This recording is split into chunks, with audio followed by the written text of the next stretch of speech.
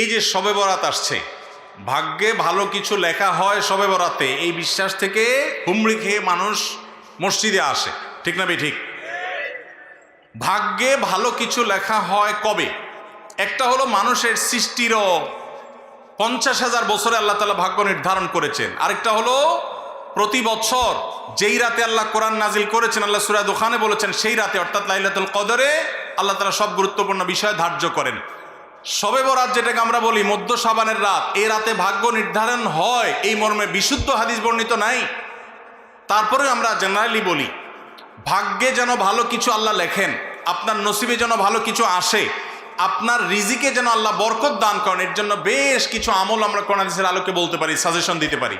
তবে তার আগে আমাদেরকে জানতে হবে যে ভাগ্য সুপ্রসন্ন হওয়া বা রিজিকে বরকত হওয়া বলতে কি বোঝায়। ভাই, রিজিকে বরকত হওয়া বলতে বোঝায় আপনি যা কামাই করবেন এর ভিতরে আল্লাহ তাআলা কল্যাণ দিবেন, যা কামাই করবেন এর ভিতরে বরকত হবে, প্রাচুর্য না, অনেক টাকা না, যা হবে এটাতে কি হবে? বরকত হবে। আমরা কি বরকত চাই না সম্পদ বেশি চাই? বরকত চাই। বরকত যদি চান এক নম্বর হলে ঈমান এবং তাকওয়া লাগবে। আল্লাহ বলেছেন ওয়ালাউ আন্না আহলাল কুরআন আমানু ওয়াত্তাকাউ লাফাতাহনা আলাইহিম বারাকাতিম মিনাস সামা। যদি কোনো জনপদের লোকেরা ঈমান আনে, আল্লাহর ভয় অন্তরে লালন করে, আল্লাহ বলেছেন আসমান থেকে বরকতের সব দুয়ার খুলে দেওয়া হবে। এজন্য ভাই, ঈমান যদি থাকে, তাকওয়া যদি থাকে, গুনাহমুক্ত জীবন গড়ার সংকল্প যদি থাকে, বরকত আসবে জীবনে। নাম্বার 2, ইস্তেগফার বেশি বেশি করলে আল্লাহ বলেছেন সূরা নূহের মধ্যে, যদি কেউ ইস্তেগফার করে, নূহ আলাইহিস সালাম তার জাতিকে বলেছেন ফাকুলতু আস্তাগফিরু রাব্বাকুম ইন্নাহু কানা গাফফারা ইউরসিলিস সামাআ আলাইকুম মিদরারা ওয়া ইমদিদুকুম বিআমওয়ালিন ওয়া বানিন ওয়া ইয়াজআল লাকুম জান্নাতিন ওয়া ইয়াজআল লাকুম আনহারা। আল্লাহ নবী নূহ আলাইহিস সালাম বলেছেন আমি আমার জাতিকে বলেছি তোমরা আল্লাহর কাছে ইস্তেগফার করো, ক্ষমা প্রার্থনা করো। বেশি বেশি ইস্তেগফার করলে আল্লাহ তাআলা রিজিকের মধ্যে বারাকা দিবেন, অভাব দূর করবেন, সম্পদে এবং সন্তানে আল্লাহ তাআলা বরকত দান করবেন। তাহলে 2 নম্বর আমল হলো ইস্তেগফার করা, রিজিকে বরকত হবে ইনশাআল্লাহ। নাম্বার 3, শুকর আদায় করা। আল্লাহ বলেছেন লা ইন শাকারতুম লা আযীদান্নাকুম। আপনি কোনো কিছু পেয়েছেন আলহামদুলিল্লাহ বলেন, যা পাইছেন শুকর আদায় করেন, আল্লাহ নেয়ামত বাড়ায় দিবেন। নাম্বার 4, দান সাদাকা করা। আল্লাহ তাআলা বলেছেন ইয়ামহাকুল্লাহুর রিবা ওয়া ইউরবিস সাদাকাত। আল্লাহ সুদকে ধ্বংস করবেন, তবে সাদকা এবং দান এটাকে আল্লাহ তাআলা বাড়িয়ে দিবেন।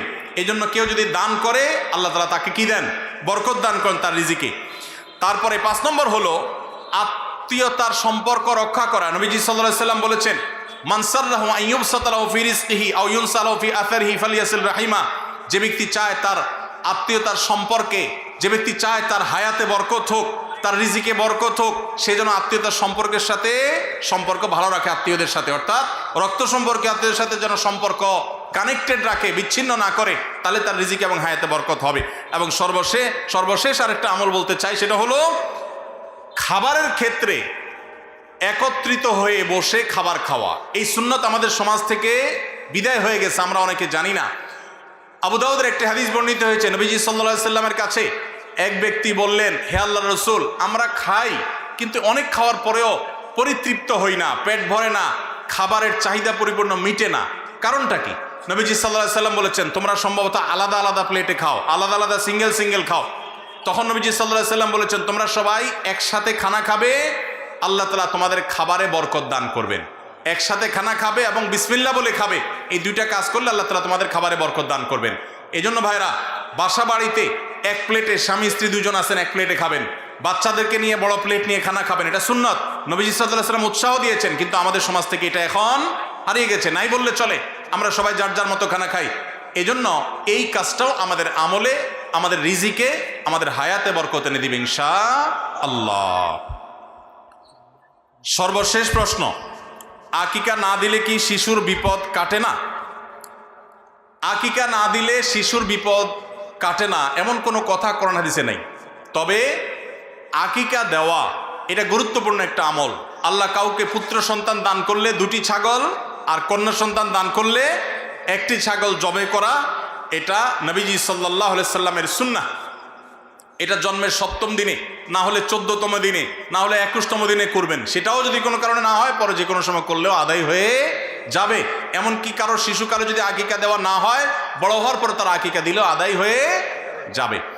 এই আকিকা এটা না দিলে যে বিপদ কাটে না এরকম কোনো কথা নাই। তবে হ্যাঁ, বিভিন্ন হাদিসে নবী সাল্লাল্লাহু আলাইহি সাল্লাম বলেছেন কুল্লু গুলামিন মুরতাহানুন বিআকিকাতিহি, বাচ্চার এটা আকিকার উপরে সে অনেকটা ডিপেন্ডেন্ট থাকে। এই হাদিসের ব্যাখ্যা অনেক মুহাদ্দিসরা বলেছেন আকিকা না দিলে, আকিকা দেওয়ার ফলে সে বিভিন্ন ক্ষয়ক্ষতি থেকে বেঁচে থাকতো। অনেকে বলেছেন শয়তানের কুমন্ত্রণা থেকে বেঁচে থাকে আকিকার মাধ্যমে, এটা থেকে সে আর বাঁচতে পারে না, ওই ক্ষতি তাকে স্পর্শ করার সম্ভাবনা থাকে। তবে কেউ আকিকা দিতে পারলো না, অন্য কোনো আমল করলো তার সন্তানের জন্য, আল্লাহ তাআলা তাকে সেভ করতে পারেন। এমন কোনো কথা নাই যে আকিকা না দিলেই তার সন্তানের বিপদ কাটবে না। তবে আকিকা দেওয়া উচিত, এর মাধ্যমে সন্তান নানাভাবে উপকৃত হয়, নানাভাবে সেফ থাকে, নিরাপদে থাকে। আল্লাহ আমাদের যাদের সামর্থ্য দিচ্ছে তাদেরকে আমল করার তৌফিক দান করুন। এরপরে প্রশ্ন হলো, গ্রামের নাম কৃষ্ণপুর, অতএব কারণে মসজিদ ও মাদ্রাসার নামের পূর্বে কৃষ্ণ শব্দটি ব্যবহার হচ্ছে, এতে গ্রামের লোকদের করণীয় কি? কোনো অসুবিধা নাই ভাই। কৃষ্ণপুর ইসলামিয়া হাফিজিয়া মাদ্রাসা, কৃষ্ণপুর বাইতুর রহমান মসজিদ, কথার কথা, কোনো অসুবিধা নেই।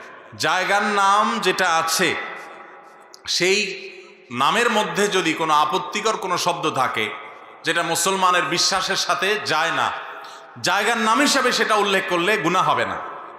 তবে যদি খুব বেশি আপত্তিকর নাম থাকে, যথাযথ নিয়মে প্রশাসনের কাছে এলাকাবাসী সবাই মিলে দাবি দাওয়া তুলে সেটার পরিবর্তনের চেষ্টা করা যেতে পারে, যদি সেরকম আপত্তিকর হয়। তবে এই যে কৃষ্ণপুর নাম আছে, এই কৃষ্ণপুর নাম এটা করে মসজিদ বা মাদ্রাসার সামনে বা শুরুতে থাকলে, যেমন এখানে আপনারা লিখছেন কৃষ্ণপুর ইসলামিয়া হাফিজিয়া মাদ্রাসা, কোনো অসুবিধা নেই, এটা জায়গার নাম। ঠিক একইভাবে কৃষ্ণপুর কথার কথা বাইতুর রহমান মসজিদ, বাইতুল করিম মসজিদ, জায়গার নাম লিখেছেন, কোনো অসুবিধা নেই। আপনি এখানে বিশ্বাস, আপনি কৃষ্ণের প্রতি বিশ্বাস করেছেন এমন কথা না, শুধু জায়গার নাম হয়েছে বিধায় এটার কারণে আপনার কোনো গুনাহ হবে না।